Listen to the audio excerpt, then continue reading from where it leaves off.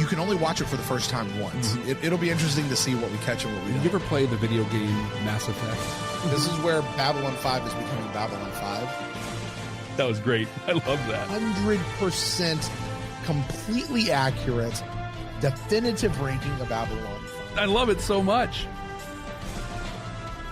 We're officially into it, Jeff. The year is 2025. The name of the podcast, Babylon 5, for the second time. Welcome to Babylon 5 for the second time. My name is Brent Allen. And I'm Jeff Akin. Brent and I used to be Star Trek podcasters, and then we watched Babylon 5 for the first time, and everything changed. So now we're watching this incredible series for the second time, catching all the stuff that there was no way we could have caught the first time around. And there's a lot of stuff we missed the first time around, Jeff. Well, we've said it before. I'll say it again. Babylon 5 is a show that you get to watch for the first time twice. There you go. I like it. I like it. You know what we also get to do twice, Jeff? Search for the messages that are contained within. That's better than fried potatoes, like I was thinking. Yeah, please don't do that twice. So good. No. Twice baked potatoes, you could do that. But fried? Baked potatoes, come on, man. You know what we do when we do this thing, though, Jeff? We ask questions like, is this episode holding up a mirror to society? Is it giving us hope things can be better in the future? Is it telling us how to be better human beings to one another? Those are the kind of messages. Sci-fi as a whole is just naturally situated to be able to do really, really well. There's what we did the first time around, but now that we're Babylon 5 experts, we have access to, I don't know, the man himself telling us what the messages are, we're re-examining even that whole piece of it. That being said, for all of you guys who are joining us for the first time, welcome to you. This is your spoiler warning, because everything from this point forward is fair game from anywhere in the franchise, any part of the timeline, no matter what, no matter where, whether it's extra biblical, whether it's canon, whether it's a convention, a book, a novel, a comic book, something that somebody else said somewhere in passing one day. That's all fair game for Jeff and I to talk about. So if you have not seen this great series for the first time for yourself, stop this video, go back and find our one where we did this the first time around. Join us there and then catch up with us when you get through the series. Trust us, it's better that way. It really is. This week, Brent, we're watching The Coming of Shadows. Can we skip this one? Might as well. I mean, Nothing I remember this one, nothing much happens in this one. This is like, hey, we just need to remind you this happens on a space station. Yeah. That's the only thing. Yeah, this has no effect on anything having to do with anything for the rest of the series. At all. Doesn't set any stages. Doesn't do it. Actually regresses some character development. Yeah. It just, I don't know. Do you, though, remember like what you actually thought of it when you watched it the first time? What did I actually thought about it? Jeff, I remember thinking that this episode was so good. I loved it. I really do. I remember loving this episode front to back. I remember the emperor who didn't have the head thing. And I was like, so that's a choice you guys are making? Like, my whole world blew up. What? Right? The thing is, I don't exactly remember why we liked this episode so much. I just remember really, really liking it. I remember that guy's in it. So I'm really excited to dive back into this and go exactly what was this episode really doing and where does it go?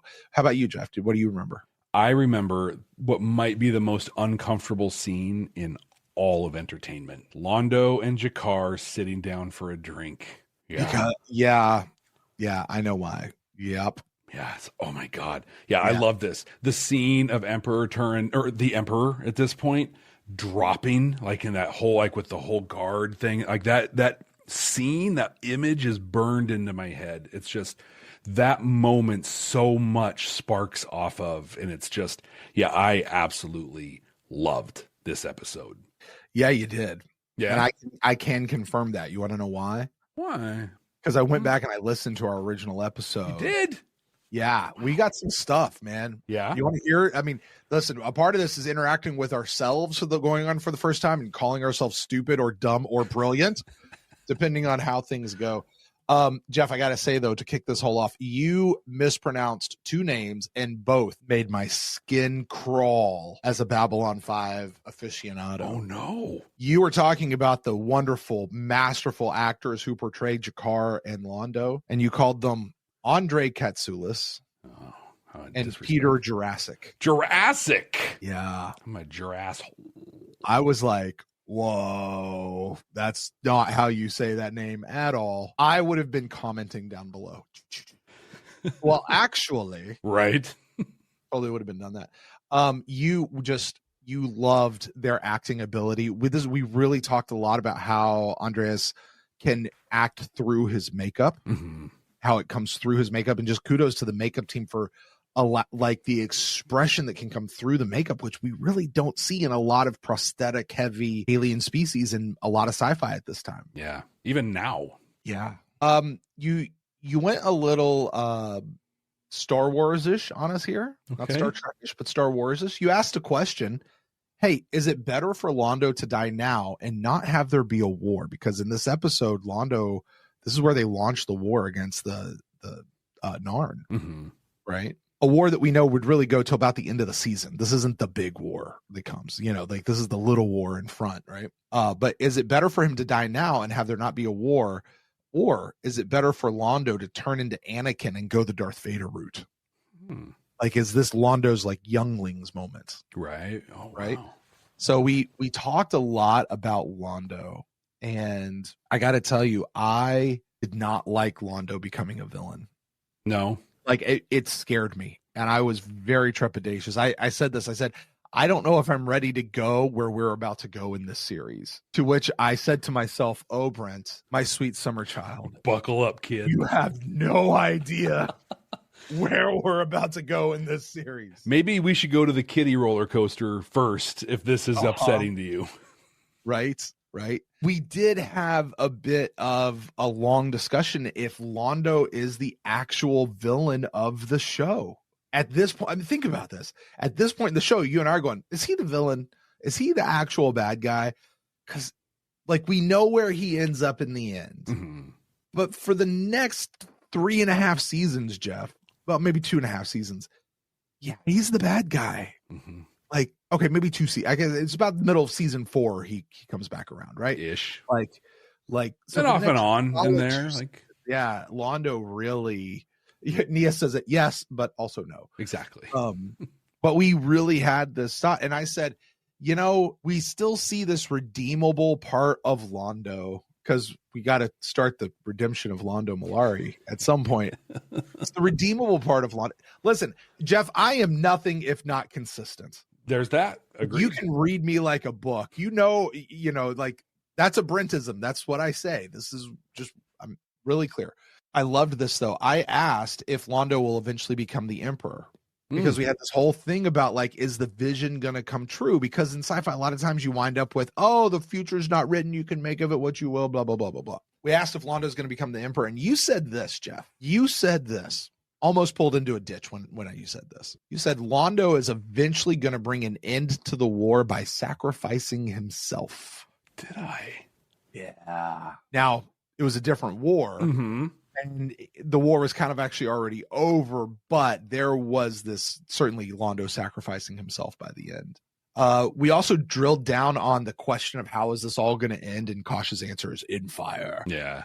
We had no idea that what that actually meant was it's going to end in fire because the station is going to blow up. Right. And literally end in fire. I took a bit of time to compare this to Signs of Importance.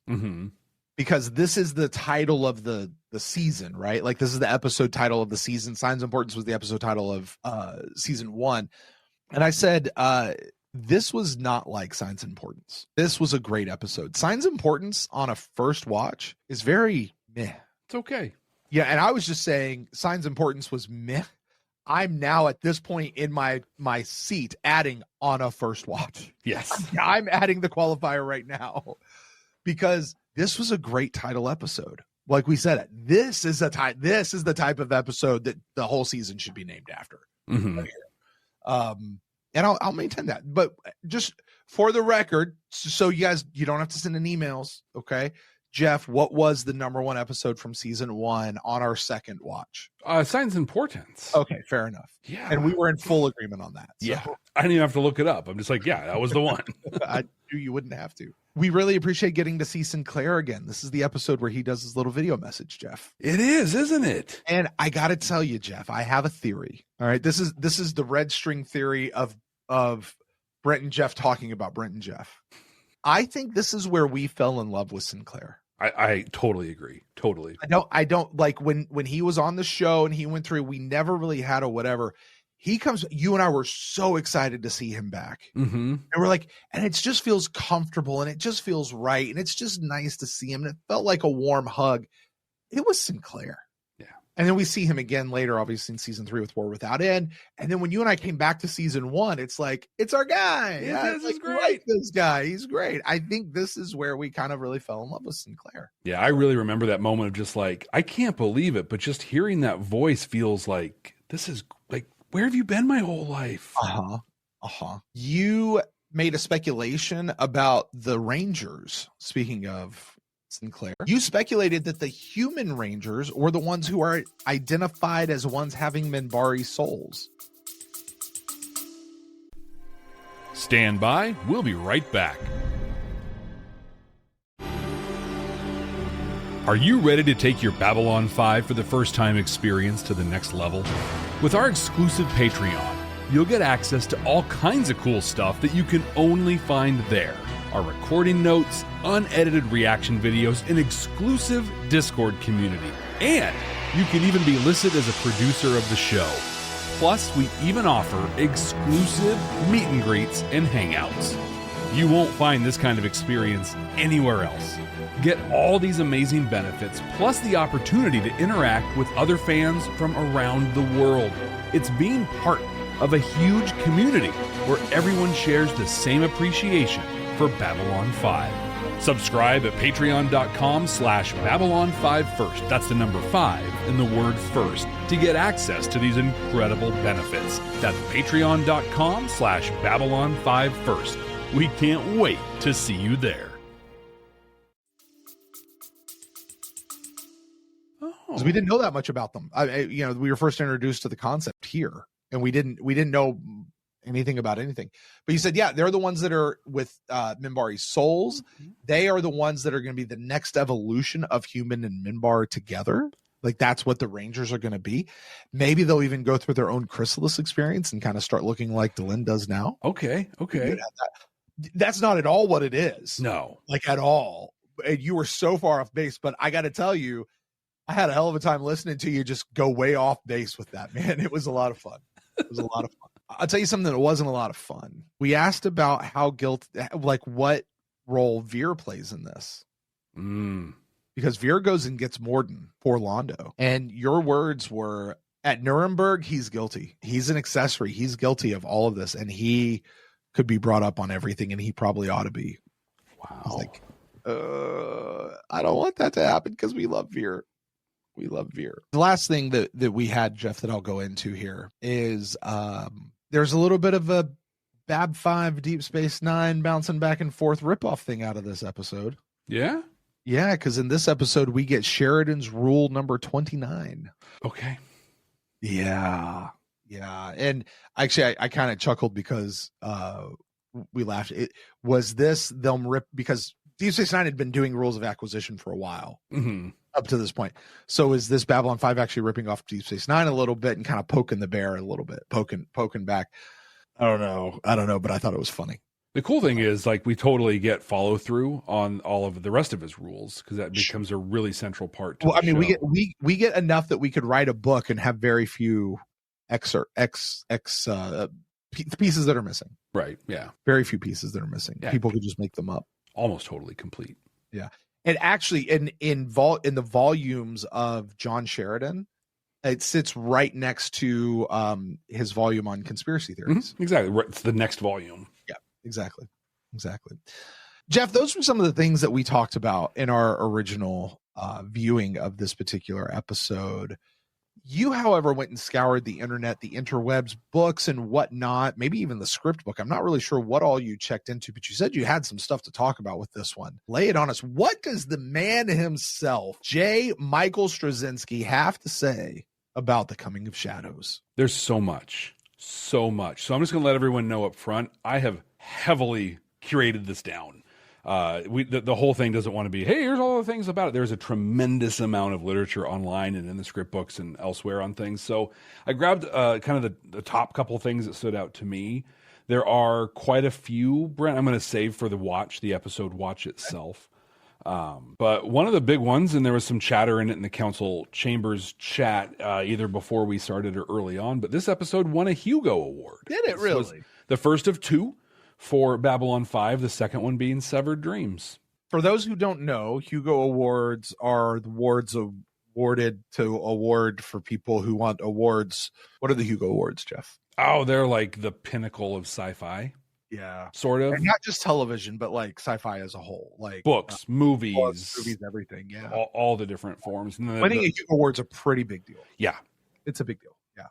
And beat out some real heavy hitters, some Star Trek and other stuff in this one is a big deal thing for them. He says, JMS says, you know those moments when you're in the passenger seat of a car and the person driving is doing something crazy and your foot automatically keeps searching for a brake pedal that isn't there because you know something awful is going to happen? Mm-hmm. Yeah, that's the feeling you're going to get through this episode. Yeah, I can see that. You've had a question for a really long time, Brent, and there's an answer for you here. Okay. Hey, I'm Brent. Do they know what their storyline is? Like, what do they know about what their character is going to become? Oh, yeah. Does Londo know that he's going to have this happen? Yeah. Mr. Straczynski says, I generally don't let the actors know what's coming unless it's important to the current performance.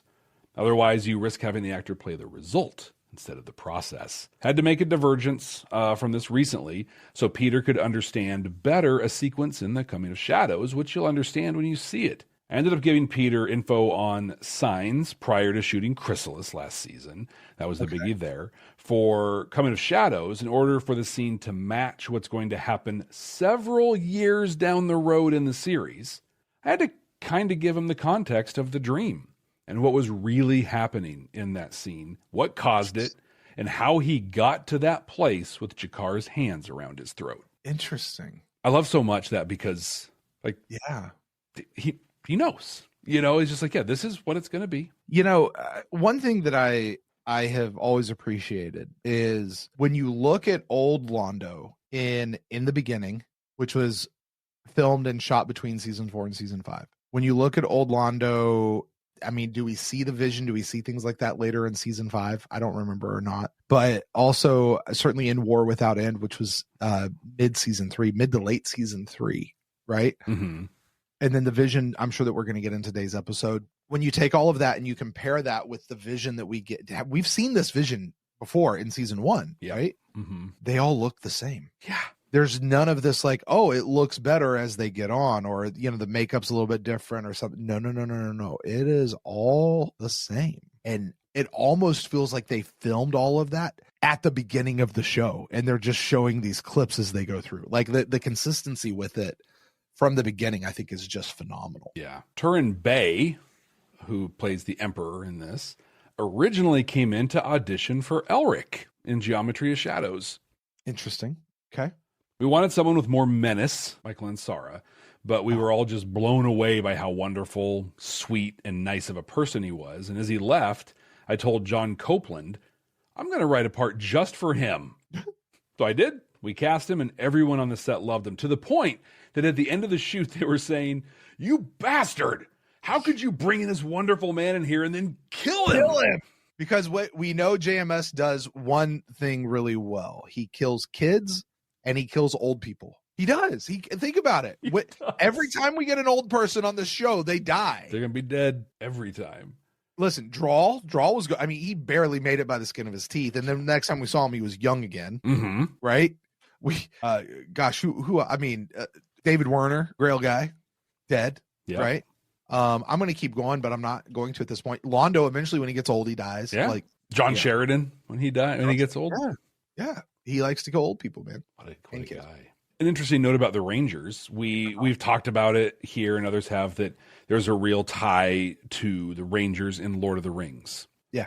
But he says it actually owes more to the Lone Ranger and the Texas Rangers than they do to Lord of the Rings. Okay. And it says, if I had to choose one episode to represent the series, it would be Coming of Shadows. It has all the elements that I'd feature in a B5 discussion: the CGI, the characterization, the complexity, the politics, the language, and the performances. I want to know when he said that. That's a good question. Did he say that while they were filming this or before they'd filmed this, and he's saying this in context of this now? Or was this something he said at a convention years later after the whole show was done? Yeah, I'm not sure when it was I said, really want to know, yeah. Because I think it changes the impact of that statement a little bit. The last one for now, and then I have some for during the episode itself, but he says, the Coming of Shadows is a deliberate mirror image of midnight on the firing line, partly to illustrate the notion that the wheel turns, as G'Kar says. And if you forget that, it eventually turns on you, and you'll be ground underneath. By mirror image, he just means in Midnight on the Firing Line, the Narn attack the Centauri, and in this one, the Centauri attack the Narn. I'm curious in watching it if can see some other points that might be mirrored.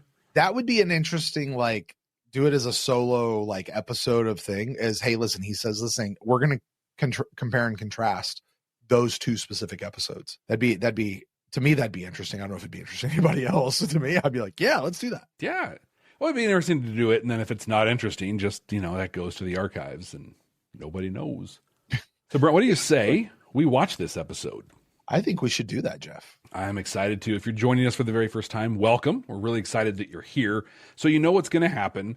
Brent is about to bring the episode up, and then the two of us are going to watch it right here with you. We'll stop during the episode itself, have any discussions we want to have, talk about all the stuff that's going on. That discussion will be edited up for YouTube. So if you're watching this on YouTube, you'll see the reaction video style kind of a edit on this one. If you want to see the full and unedited version of our discussion on the episode, you can get that at our Patreon page. It's patreon.com/Babylon5 first, the number 5, the word first. There's a link down in the show notes. And if you're listening to us on an audio podcasting app, we're going to keep that reaction in for you guys, because a lot of times there's a great discussion in the middle of that. We don't want you guys to miss that. And then we'll meet you on the other side where we're going to share thoughts, talk about the messages, all that sort of stuff. Have a fun little discussion as we go out. So, Jeff, let's watch The Coming of Shadows. Let's do that. Accessing file. Is this our first time seeing the homeworld? I think it is. Yes. The Royal Liner is standing by. We have adequate warships for protection, and they're prepared to set forth as soon as we arrive. As soon as I arrive, you will remain here. I must protest, Majesty. As I expected. But someone has to remain here in case there is a crisis. He has the crest. And you, as my Prime Minister, are the first in line of authority. The doctors say your condition is very delicate. The least amount of stress. All the more reason why I should go now, while I still can. What I must do, I cannot wait any longer. No need for that now. It's interesting. Everything we've heard about the Emperor to this point is that he's inept. Are not as important as they used to be. Sometimes I think our women are right when they shave their heads and rise above these things. Majesty. I will go among them as I am. You have always served me well, old friend. And sometimes I think I do not thank you as much as I should. Goodbye. The thing is a Centauri, he's got a pretty good idea that he's going to die. Oh, that's a good point. He's seen his death. He probably knows it's on Babylon 5. Yeah. I wonder what out of context bits he gets that he doesn't quite know what it is. I got to say, though, I loved what he just said to Malachi here. Yeah. He goes, I probably don't thank you as much as I should. And he says it, and he says, goodbye, my friend. And he walks out. You said something just a minute ago that everything we've known about this guy so far is that he's inept. Mm-hmm. Is he, though?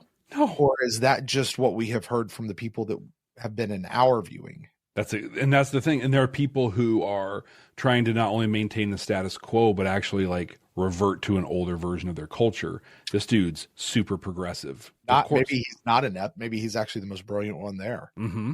Although, can we also just say we've verified that, once again, the hairstyles are a choice and the women shave their heads. Yes. Which I can see under the veil of this girl just off to his right, well, his left or right. You can see the shade of her head. Yeah. They shaved her head. That's not a bald cap. They shaved her head. And you feel like you can see it for the other ones too. It's absolutely intolerable. That's a beautiful shot. This visit by the So that's a thing of the station there. So in In this episode, they updated a lot of the space shots with images shot from the Hubble telescope. So what we've been seeing before this has been CG. Okay. Here and moving forward, a lot of the images are now with actual images taken at the Hubble telescope. So like it's the image from the Hubble telescope with the station superimposed on top of it. Mm-hmm. Yeah. Hubble took a picture of Epsilon 3, and then they just slapped the station. Okay, fine. The planet too. Right. Wow. Yeah, it's pretty cool. Okay. All right. Dig it. His family is directly responsible for strip mining my world. His father personally ordered the execution of 100,000 Norns. But he himself did nothing. Am I correct? A technicality. In fact, unless I'm mistaken, the current emperor has gone out of his way to offer your world concessions and return lost territory. Stolen territory. Whatever. Wow. Look. He's doing the right things, but they're not right enough. I appreciate the fact that 100 years of blood isn't something you forget overnight. But the bottom line is, G'Kar, that is not my problem. This station is open to everyone. Oh, look at that look. Now, if the Emperor wants to come and visit Babylon 5, I think it's great. It raises our visibility, and it helps the folks back home think that maybe we're doing some good. So you're going to allow this, even over my objections? What did I suddenly turn invisible or something? Yes, Ambassador. The Emperor is allowed to come aboard. Now, if this bothers you, I suggest you stay in your quarters, stick your fingers in your ears, and hum real loud until it's over. If you'd like to try something as breathtakingly rational as trying to open up a dialogue. Whoa! G'Kar. There it is. There it is. Say it, Jeff. Say it. I have so many things to say right now. The biggest one, all of G'Kar's objections are baseless. The sins of the father. And not only are they the sins of the father, but the son has gone out of his way to rectify those sins as much as he can. But you know what? That's not good enough, because this thing happened to people that aren't me, by people that aren't him. And I will now hate him and object to everything you do that's supporting it. We actually talked about this quite a bit in our first episode. I'll bet.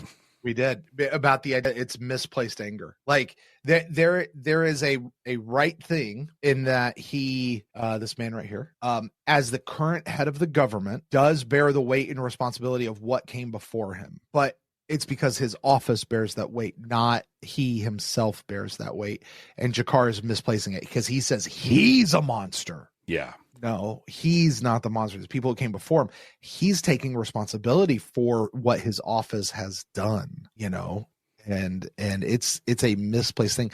This is actually, we're going to have a good discussion later on, because I like listening to us go through this the first time, Jeff, and I've not watched this episode since we watched it for the first time. Okay. Same. But listening to our discussion, knowing where Londo and G'Kar go, I had some immediate thoughts of going, oh yeah.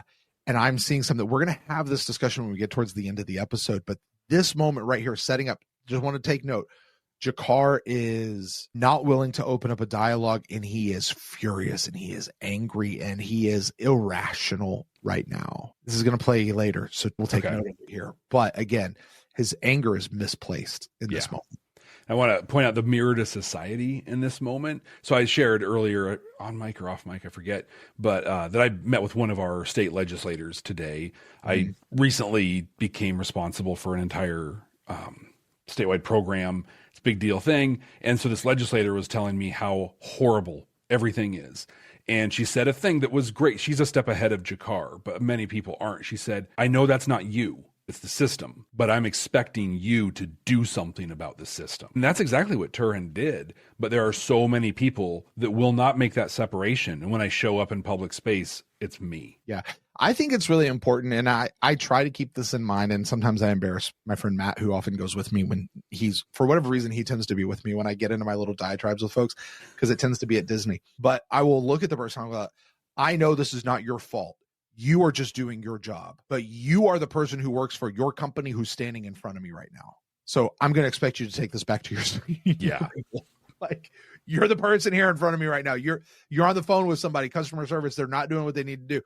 Look, I know this is not your fault, but you're going to get an earful from it because you're the representative of your company right now. This is recorded, right? Tell them to play this one. Right. Right. But it is important. And do you know how often when you do that, you say it lessens people's defense when you're talking to them on the phone? Exactly. Just be, look, I know this isn't you. You're just following your job, because it turns out you're a peon and you have absolutely no power in your job whatsoever, which is also what I'm saying. Yeah. And to Becky's point in the chat, dude, this is peak Sheridan. Peak. Dude, Sheridan's on point here. Yeah. What, I just turned invisible? I love it. I love it. Did I not just say this? Right? And he's all with a smile. You are in a position to negotiate directly with the head of the Centauri Republic. And you're wasting it on a tantrum. I shouldn't have expected you to understand, Captain. My mistake.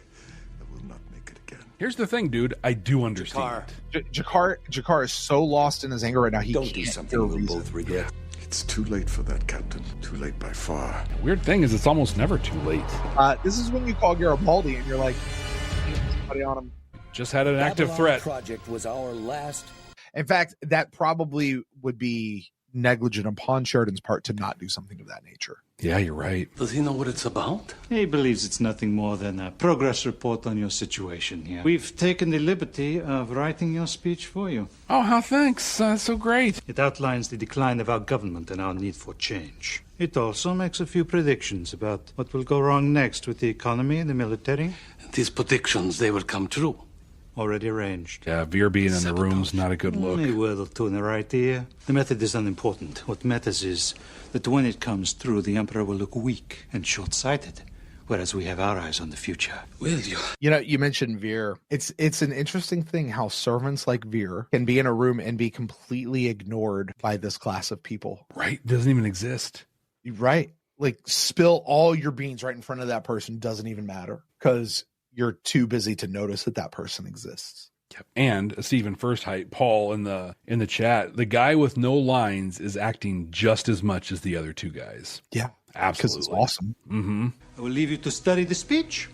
If you have any questions, you know where to find me. Yeah, he doesn't even look at Veer. Just puts his glass down and walks. Yep. This conversation makes you uncomfortable? Yes. Yes, it does. Then for once, we have something in common. That's Londo reaching out right there. He's like, help me, please. Londo saying, but note the beginning of where these two people are. Jakar, pissed off, mad. Londo, really uneasy. Don't like what's happening here. This is bad stuff. Warning signs, warning signs. Yeah. Not okay. Listen to your body, Londo. Listen. Whose ship is this? Is this the Emperor's ship? I think so. Okay. I offer the hands of friendship. On behalf of the Earth Alliance, I accept. This is my second. That would be weird if Suzanne that Egg, wasn't the appropriate Chief greeting. of Security Michael Garibaldi, Dr. Stephen Franklin. I'm a little sad that we didn't hear the. It's an honor. News of we didn't get him like practicing it beforehand. Right, exactly. The Royal Palace on Centauri Prime, and I'm deeply moved by the knowledge that you would choose to stand in harm's way in the interest of peace. Thank you. Just before he gives his speech, there will be greater exposure. Are you still prepared to go through with this? Yes. It is a strange feeling, Carmack, to know suddenly that all the decisions in your life have brought you to this place. That there is no longer doubt or uncertainty. That's his final moment. Hands around Londo's throat. This is what I am here for. Interesting. In the moment that I strike, the Emperor and I will both die. Or he will die and I will spend my life in prison. Or I will fail and be killed. For the first time in my life, the path is clear. For the first time in his life, he says. Yeah. Still noting where Jakar is at this moment. You seem interested in why people chose to be here. It has occurred to me recently that I have never chosen anything. I was born into a role that had been prepared for me. I did everything I was asked to do because it never occurred to me to choose otherwise. And now, at the end of my life, I wonder what might have been. Oh, that's why my father taught. So there's such a parallel to Bester. Okay. In this, through the novels. Bester did the same thing. He was born into a role that was prepared for him. He did all of the things that was expected, blah, blah, blah. And then near the end of his life, he started to see things very differently. Saw it through it. And then he ended up regressing because of stuff. But yeah, just like hearing the Emperor say that, it's like that's Bester's story as well. If there are two completely unrelated characters within Babylon 5 with that experience, how many of us are there in real reality? We were born into a role. We went through the motions. And then in our deathbed or near the end, we were like, oh, crap. That was not it. I mean, that's Londo, though. That's Londo's whole thing. Yeah. He's born into a role. He's got a role, and he forgot how to dance. Yep. Right? No regrets, then. No regrets. But just a few. You? Enough to fill a lifetime. So much has been lost. So much forgotten. So much pain. So much blood. And for what? John lived the life he wanted to live. No regrets. The present turned full of them. The future frightens us. Our lives slip away, moment by moment. Jeff, I'm sorry. You were talking over what the Emperor was saying right there. And that is a beautiful line. It is. I actually could put on a T-shirt. I even have it captured here just because he, in the Lurker's Guide, JMS, made sure to capture the full quote. So he may actually say it, but I'm gonna watch and make sure. Just a few. The past tempts us, the present confuses us, and the future frightens us. Our lives slip away, moment by moment, lost in that vast, terrible in-between. Yeah, that was the whole thing. God. The past tempts us, the present confuses us, and the future frightens us. I don't know that I fully agree with that. No? But I don't know that the future frightens me. I don't know that the past tempts me. This is where, like, I want to sit down with a man and be like, what did you mean by that? Like, talk me through that, because you might be right. Like, I might go on with you on that one, but I'm not entirely sure. But I love how it sounds so great. It sounds so poetic, right? Like, I want to be on it just because it's poetic, right? Right. It sounds very Minbari. Right. But if I think about it in a different term, the past tempts us. That's nostalgia, right? Like, there's nostalgia where you're like, oh, those were good old days. Then there's the nostalgia of, God, if only I could. Again, in a real way, the entire premise of our content empire is based on the past tempting us. We are called to the past. The present confuses us. What am I supposed to do with my life, man? What am I doing here? This is a job I really want? Am I supposed to be a dad? Like, am I gonna be able to do this thing? Questioning, and that's not a constant state for us. But I imagine more people are confused by their current state than are fully confident and know this is where they belong. I'm also relating this to Londo specifically, but I wonder if it actually relates to Londo and G'Kar for both of them. Past tempts us. Londo is constantly tempted by the past, the way things used to be, right? G'Kar constantly tempted by the past and this thirst for revenge for what has happened in the past. The present confuses us, right? What am I supposed to do? What's my next right step? Why am I here? What am I even doing here right now? Londo says, right? G'Kar is like, I've never been clear about what I'm supposed to do. Just sort of meandering through life and just kind of full of rage this whole time. What are we supposed to do? Well, I think about that too in terms of like the scope of the show. I'm the bad guy, clearly. Nope, now I'm the good guy and not the bad. Yeah. Oh, no, I'm like, they've both flip-flopped and evolved roles because it's confusing in the current, in the present. And the future frightens us. Londo's sitting there, even in this episode, going, holy, what's about to happen? This makes me very uncomfortable, Veer. Right. Or I've had this vision of the future and this is where we're going to go. What does that mean? And I would say, Katerina says that right now, G'Kar's not confused at all, but I would consider that he is. I'd say he might be more confused than he's ever been. And I think that what we're seeing is the echo of being frightened of the future. He's afraid of a future where he doesn't get vengeance for this thing. It scares him, which then confuses him in the now. He's building towards a future that's not. Although I would agree with Katerina, just with the caveat of G'Kar does not know that he's confused at all. Right. G'Kar thinks he's perfectly clear on exactly what's going on. Mm-hmm. There is still time to seize that one last fragile moment. To choose something better. Valince. To make a difference, as you say. And I intend to do just that. There's still time. Right?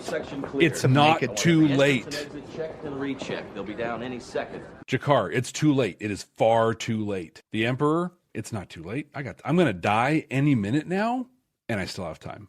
Listen, if you ain't dead, you ain't done. Right? Well, speaking too much to hope for. The Vorlons are too much to hope for.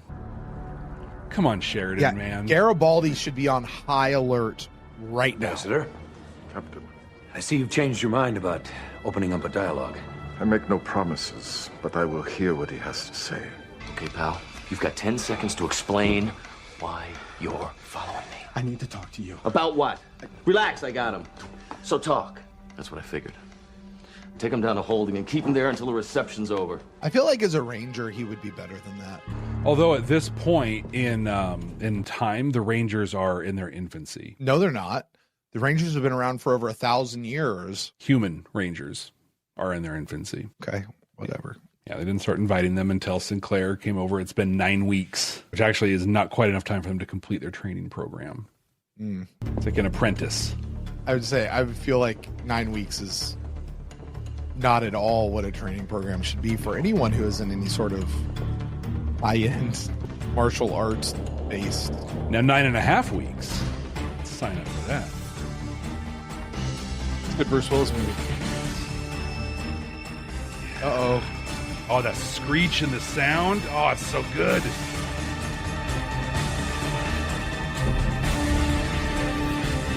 I love how they slowed it down, and not in a real corny way, but just like an impactful, dramatic slowdown. God. Dude, that was so elevated by Christopher Frank's score, though, right there. Way better than the dude that did Crusade.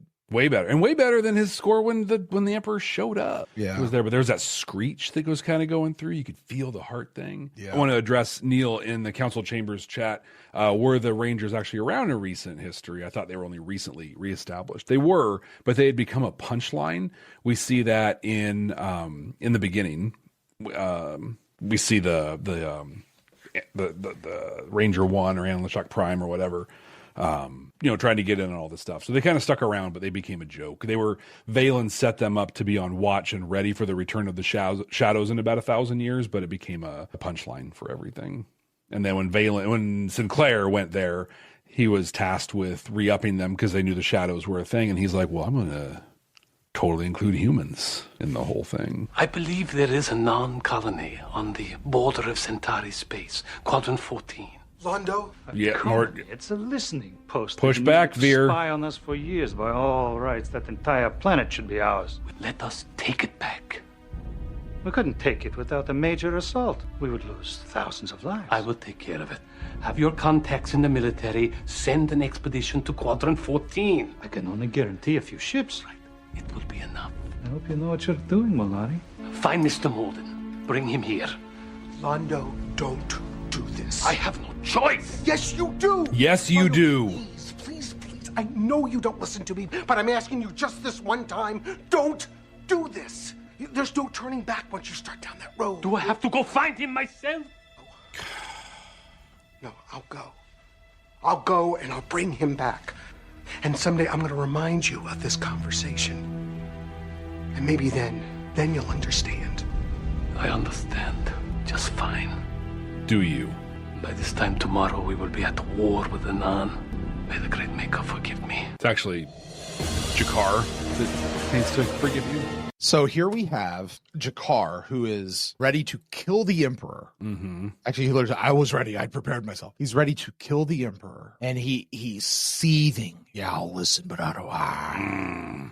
And here we have Londo, who is, oh my God, we're doing this. Yep. We're actually going to do this. He is hesitant. He is reluctant to step in and make this next move. Jakar is chomping at the bit to make this next move, but he's being held back by something. With luck, he's feeling better. All they have to do is prop him up for 2 minutes. I'll call you back. Well, leaning into the comedy a little bit there. Just let me slide it in. Enter. I want to watch this movement. Just his how. Little... No, watch how Andreas literally walks and looks directly into the camera. Like he's looking at us. Like watch how he does this.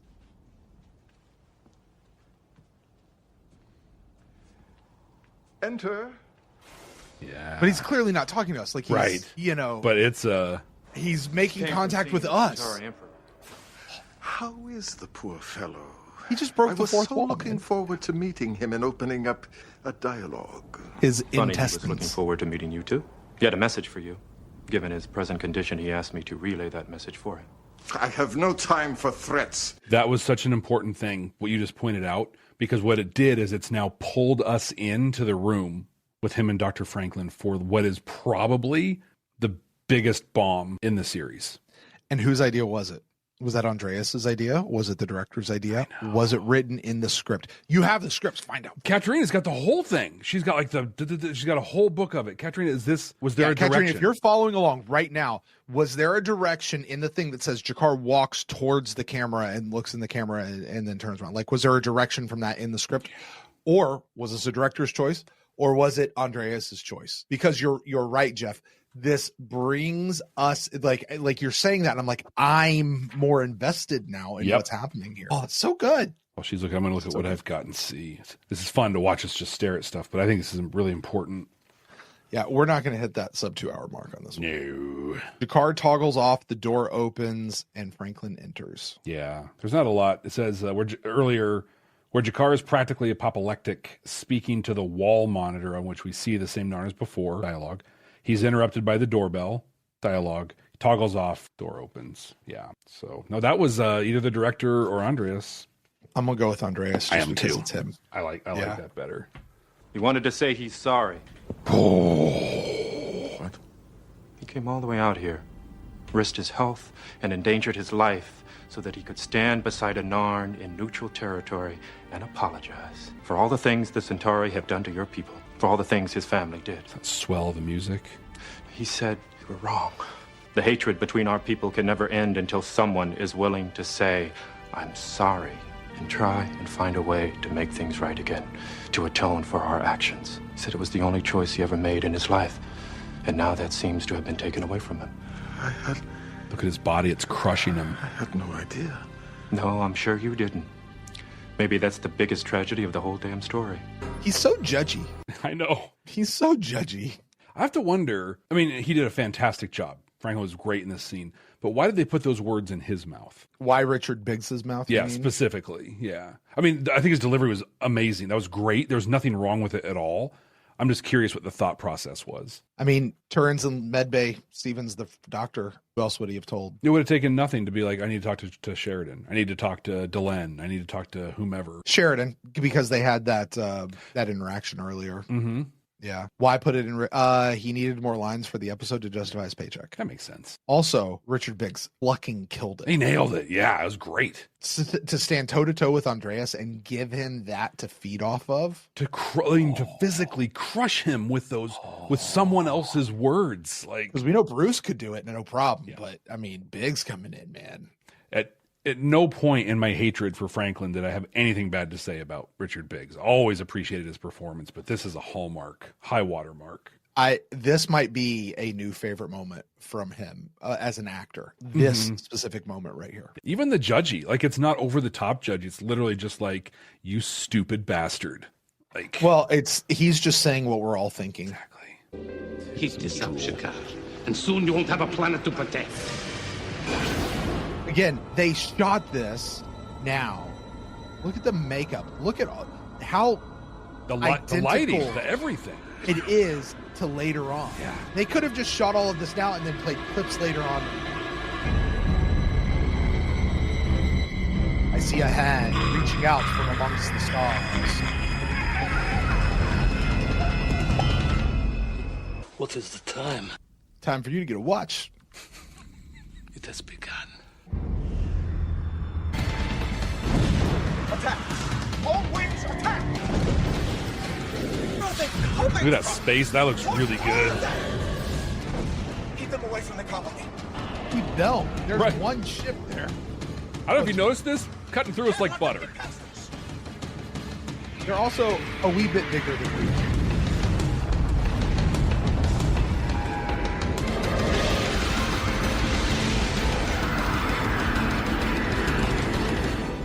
That's goddamn gorgeous. It's so good. Okay. I want to continue this comparison. Okay. Jakar, angry. Vindictive. Franklin comes in and he says, he was here to say he was sorry. Mm-hmm. What? Jakar melted in that moment, allowed himself to be softened. He didn't want war. He didn't even want revenge. No, not really. He just I don't even know that it really was the apology he needed. He just wanted to, I don't know what it is he really wanted. Like, he needed to be stopped. He wanted to be stopped. He that's why he was angry at Sheridan, because what Sheridan tried to stop him with wasn't good enough. He needed reconciliation. You know, he needed some sort of closure to this piece, right? Okay. Here we have Londo, who's walking into this very trepidatiously. He does not want to be there. Right. Does not want to be there. This thing happens. And what happens to Londo? He hardens up. He hardens his heart. Mm-hmm. Jakar softens his heart. Londo hardens his heart. And look where they end up at the end. Yeah, it looks like he could go throw up right now. This is such a great scene. You! I can't explain everything. I'm going to get you a drink. I don't know. I'm not sure. Sit, Polari. Is this not the most awkward conversation So in the history of sci-fi? I've heard something, and it makes me think there is still hope for us after all. I believed your people capable of only murder and pain, but apparently there is still a spark of decency in your genetic code. It's not much of a foundation, I'll grant you that. Face. It's a start. I never thought I would be saying this, Molari, but to the health of your emperor, and perhaps to your health as well. Jesus Christ. To the Emperor, and thank you. Oh, man. For what? He's almost hoping it's poisoned. So right here, do you see that moment right there? He, like, you can almost see it in his face. Look at it again. Look at his face. Right here. Is that not the moment right there where he steels himself and hardens himself? He decides that this is where he decides he has to. I wonder, earlier, the car says it's too late. It's far too late. And I flippantly said, it's almost never too late. Is this too late? No. I agree. Because, okay, and again, what we're seeing here, they may not realize it in the moment, but each of them are making a choice. Mm-hmm. And it has to do with their choice of how they're going to respond. One makes a choice to be soft. The other digs in his heels. And that's where Londo is right now. And it sickens him and pains him. And we'll continue to see it sicken and pain him later on. The way Veer stood up to him earlier, too, I have to wonder. Because if I play it out, the quote right thing to do here would be for him to say, G'Kar, thank you. I need to tell you something. And I imagine in his head, and part of where he's staring is he's thinking that through. Do I just tell him? I can't tell him. But you know who could tell him? Veer. If Veer was in my position, he would do the impossible thing. He would say the hard thing. I don't think it's explicitly stated in any way, and this is 100% my own headcanon, but I think this is where he starts to understand Veer's conscience and Veer's strength is in this moment. That's just in my head, though. There's nothing in the episode to back that up. But yeah, at this point right now, he's like, well, double down, baby, all the way. I think he had two thoughts. One, double down, I'm all in, or maybe there's poison in this. I'm just going to die and I won't have to live through what's going to come. Again, this is one of those, I want to watch the scene with Peter Jurczyk. Like, Peter, as an actor, what's going on in your head right then and there? What's going on in Londo's head right there? Because I can look at that and I can interpret something on top of that and I could be completely wrong. You can interpret something completely different. You can interpret something completely different, and we're all could be wrong. The only one who really knows is Peter Jurczyk. Yeah. Mm-hmm. But what was happening in that moment right there? What was in Londo's head? Hey, mop up duty. That right there is the thing. Because they've been attacked by shadows before. That was weird. With those Centauri ships showing up. It's destroyed. All of it's gone. Who could have done this? It's interesting to see the lesser than Narn makeup. Yeah. Like there's G'Kars and then... Alert the homeworld. Prepare to attack. There's the ones they use a little dimmer lighting on. God, look at that. Sorry, I'm freaking out about this CG. It just looks really good. It really does. Oh, poor Malachi. We heard. Who is it? Who's there? Guards! Guards! Interesting that Rifo will face a similar fate. Chief, the prisoner's asking to speak to you. Nicky! Give me a break. You know the kind of day it's been. He says it's important. Hello, old friend. Play. Hello, old friend. Been a while. Chills again. Like, I know it was coming, and there's still chills. I'm entrusting this message to an associate of mine who has sworn to bring it to you at any cost, including his own life. There's a great darkness coming, Michael. Some of the Minbari have been waiting for it a long time. Captain!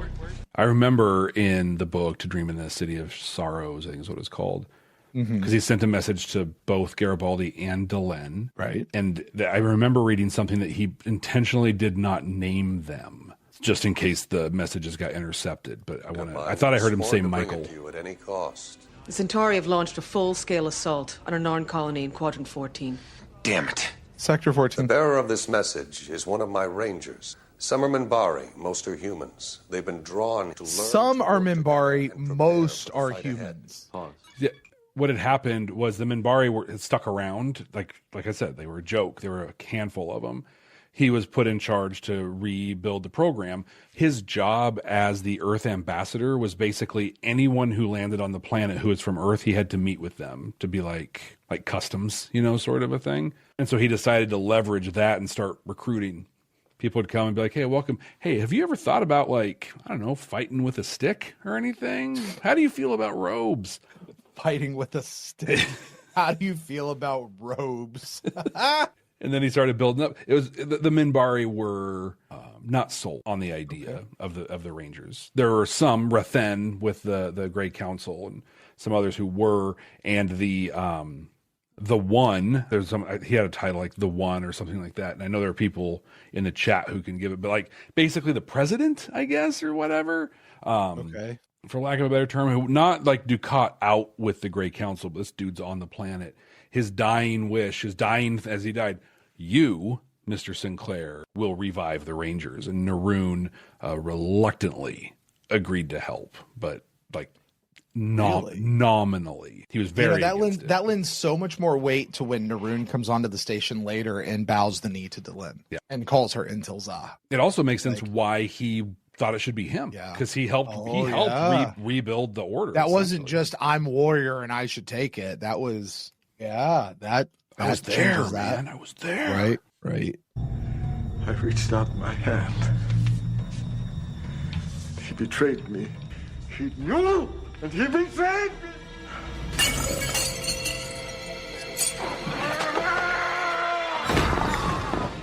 Somehow I don't think that was real rock. Friendship, I ask that you give them every courtesy and cooperation. I wish I could tell you more. Stay close to the Vorlon and watch out for shadows. They move when you're not looking at them. We have retaken the Narn colony in Quadrant 14. It fell within a matter of hours. All of Homeworld is rejoicing. We are again what we should be. All we lack is your blessing.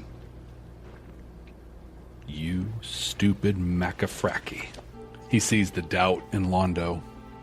That's why he's not going to waste his breath on Rifa.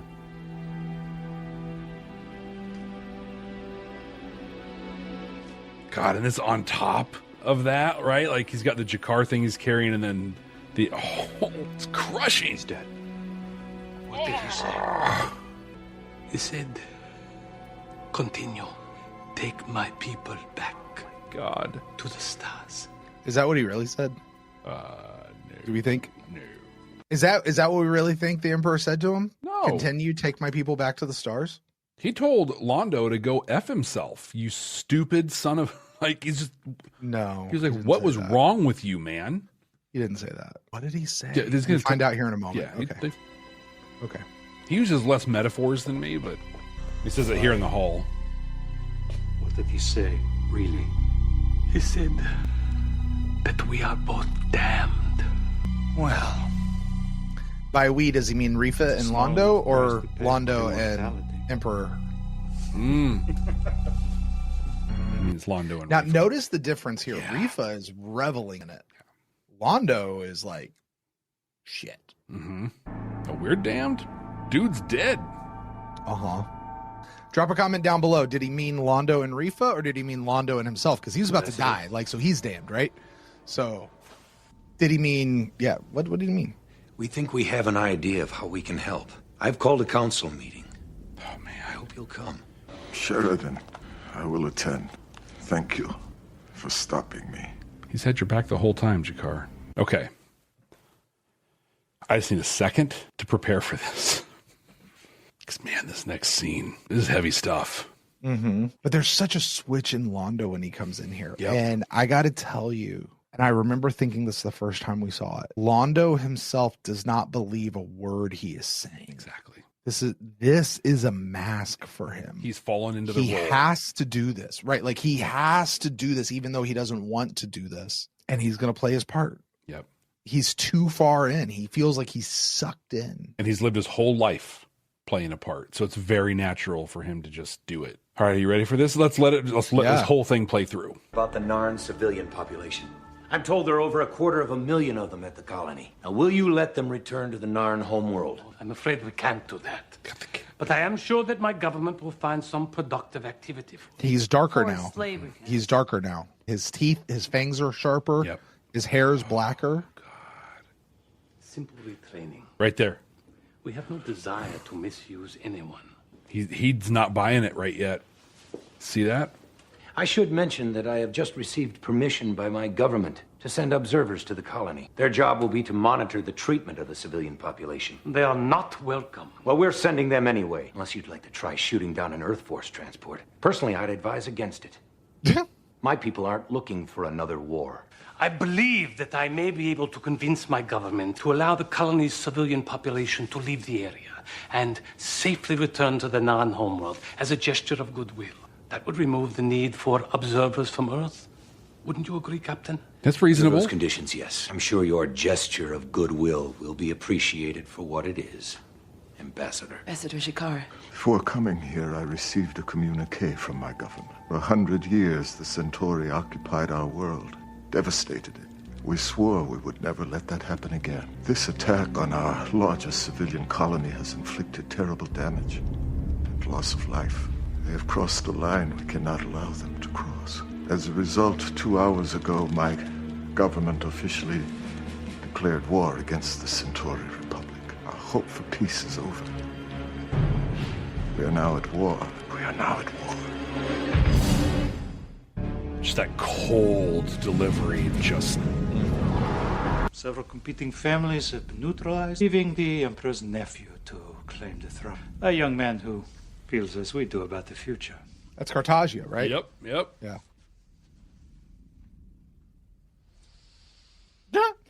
That's great. Yep. I don't know that I noticed that last time. The way Veer was just like, for the first time in 100 years, Ambassador. Our people are on the right track again. I'm surprised. You could have asked to be named to the royal court.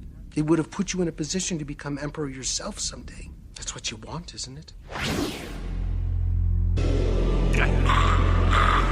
No, I have no desire to be emperor. Behind the scenes, the reward is nearly as great. And you know what's fascinating about that? He becomes emperor and actually works behind the scenes as emperor because he's relegated to nothing. That's interesting. Mm-hmm. Aside from me, does anybody else know you're here? Just one other. Hello, old friend.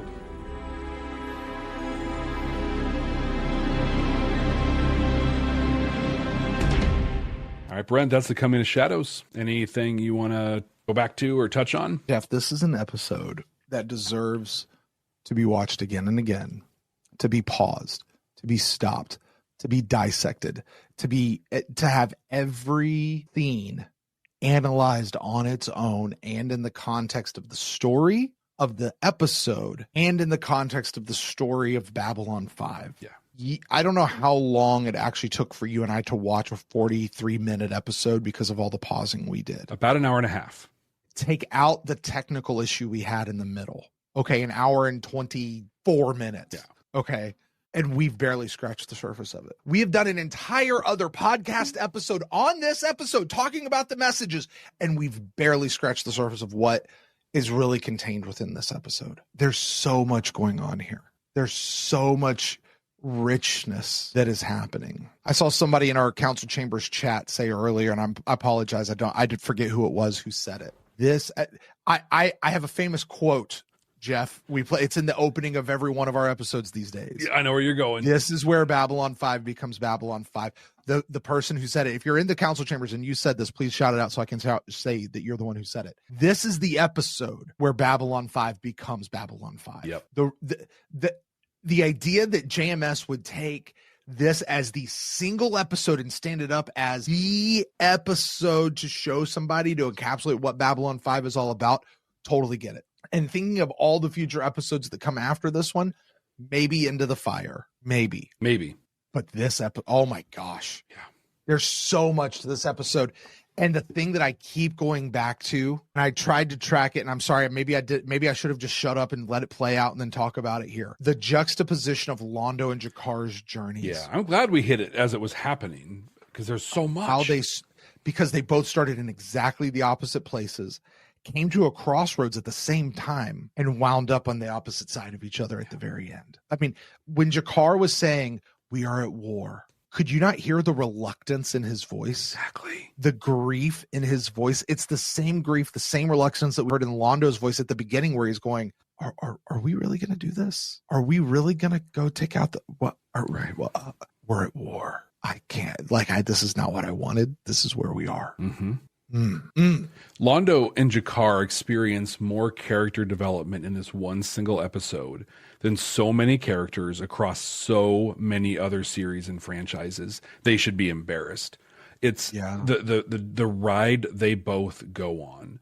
Yeah. There are people who are alive that could not survive the emotional turmoil that they went through in this one episode. It's not the first time we've said this about an episode of Babylon 5. Maybe the first time on the second watch. But that was an 1.5 hour long episode that fit into 43 minutes seamlessly and smoothly and comfortably. Which is why JMS is a master. Yep. Master at this. It's I call it the 10 pounds of story in a 5-pound story bag. But so often when that happens, it's bloated and it's too fast and you're exhausted. I can't believe it when this episode is still. How is this already over? What? No, you. Also, when you look at the timeline as we go through the episode, you're like, there's still that much episode left, right? All this is happening. Both are happening at the same time. Yeah. If I can put a cap on what I was saying, G'Kar almost becomes Londo. Okay, let's talk about this in context of where we know that they go. Okay, G'Kar goes on and becomes a religious icon. Yeah, the guy who literally makes himself a servant of Londo, his greatest enemy, to keep him safe. A guy who serves Londo by killing him in the end. Yeah. To free him of the keeper, right? G'Kar almost becomes what Londo, a tragic character of tragic characters. Yeah. Like Shakespeare did not have as good of a tragic character as Londo Mollari. Yeah, JMS, I said it. You made one better than Shakes. You did it. The difference between Londo and G'Kar, the difference for G'Kar is when the moment came, he allowed himself to be softened, not to be hard. He didn't dig his heels in. He allowed himself to be softened. And this decision that we see in this episode is the decision that changes everything for G'Kar going forward. Yeah. When I think forward as to what all's going to happen, it will trace back to this is the moment G'Kar changed. The moment when Richard Biggs is standing opposite of him and says he just wanted to apologize. And Andreas collapses. What a powerful episode, Jeff. It's so fast. And then everything else to go with it. Right? And in the canon and the series of Babylon 5, what's so fascinating is when we first saw the dream, the image of the choking, we took it with a grain of salt. What is that? I don't know. Okay. In this one, it is crystal clear, beyond a shadow of a doubt, that is an expression of the deepest seated hatred possible between those two. Yeah. But the story is so intense and rich because that moment in reality is the deepest expression of love from G'Kar to Londo. But the journey is so long to get there. And I love how we see it now. And it's programmed in our minds, just the hatred, the outright hatred they will have for each other. And it doesn't end that way at all. But we're close. Just to clean this up, it was Ben in our council chambers who said this. He said, you joke about this is where Babylon 5 becomes Babylon 5, but here it is true. Coming of Shadows is the first time Babylon 5 really shows its full potential. There are better episodes ahead, even in this season. I agree with Twilight Struggle being at number 1, because it is. But this is so far and beyond anything up until now. It is a masterpiece. Jeff, it wouldn't shock me if at the end, if we did a top, episodes of the entire series, this is one of them. We did do that actually. I think it was. This is one of them. And this one, my respect, and I feel it is for you too. So I'm going to say this on your behalf. Okay. Our respect for this episode was really high coming into it. It has skyrocketed, whole new going level. Out of it on a second watch. Something we could not have picked up on a first watch. Yeah. Only by having a second watch could we have done this. Absolutely. We've already talked some about messages, but Brent, this is a unique episode because JMS actually tells us what the message is. Does he? How close are we? Well, so what did he say versus us? I'll read it here, and I love this because so often, like, oh, he was saying this. Nope, he just outright says it. Okay, great. Babylon 5 as a whole explores choice, consequences, and responsibility. For me, JMS, a large measure of defining who we are is what we are willing to do and what we want and the means by which we pursue those goals. The other theme, of course, is sacrifice, which recurs throughout the show in one form or another. The importance of one single person and the ability of that person to act as a fulcrum, intentionally or otherwise, upon which vast events can turn. Choice. You can't fight City Hall, and that is actually not true. You can fight, and sometimes you can even win. It's about choice, and we saw many choices happen. I'm sorry. What did I say? What was the defining difference between Londo and Jakar in this particular moment? One chose to allow himself to be softened. The other chose to harden his heart. Yeah. All about choice. It's a choice. Yeah. We're going to get some comments, Jeff, if I can head these off. Okay. And you guys want to send in these comments, go for it. You want to send in emails, go for it. We're going to get them. I promise you we are. I'm not going to tell you that your experience is false, fake, or not true. But I will tell you here at the outset, you choose your response. Yep. It is not forced upon you every single time. You choose it. Good, bad, hard, soft. You choose your response. Offense. You choose offense every single time. Yep. Sometimes, and most of the time, a lot of times, you're justified in it, but you still choose it. It's a choice. I will say that our choice is often influenced by social programming, our traumas that we've experienced, things like that. But ultimately, it is a choice. It's a choice. And because it's a choice, you have the choice to make the other choice. It is not forced upon you. I'm not saying you're wrong for making that choice. I'm just recognizing it as a choice. As an individual who experienced trauma, I won't qualify or quantify the trauma, but who experienced it, and a trauma that gets activated in my life, or for a while got activated on a very regular basis. And I did. I had reactions that were, I was offended. I was hurt. I lashed out in anger at times, and it felt like I didn't have a choice. But my choice wasn't necessarily in the moment. My choice was more macro than that. My choice was to allow my trauma to be processed and to begin healing it so that I wasn't immediately activated by it.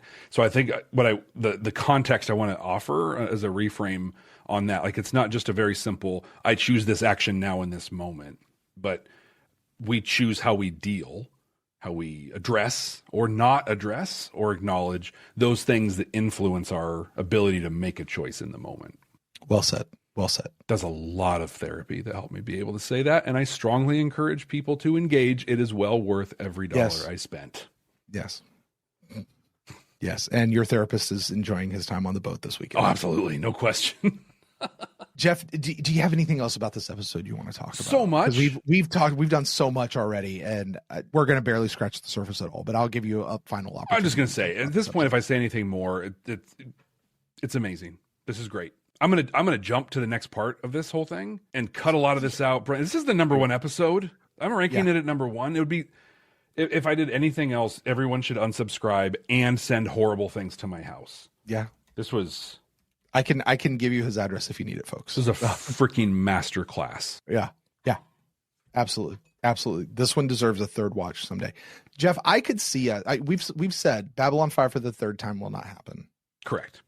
I could see us possibly. I'm not committing us to doing this. I want to be very clear. I'm not saying Jeff and I are going to do this in the future. I could see us doing the highlight episodes as we go through for a deeper dive. I could see us doing something like that. Maybe in the future, this would be on that list automatically if we were to ever do something like that. Yeah, absolutely. Yeah. By the way, that's going to make Soulmates number 2, Geometry of Shadows number 3, and Race Through Dark Places number 4, and I believe that's Points of Departures at number 5. I think so.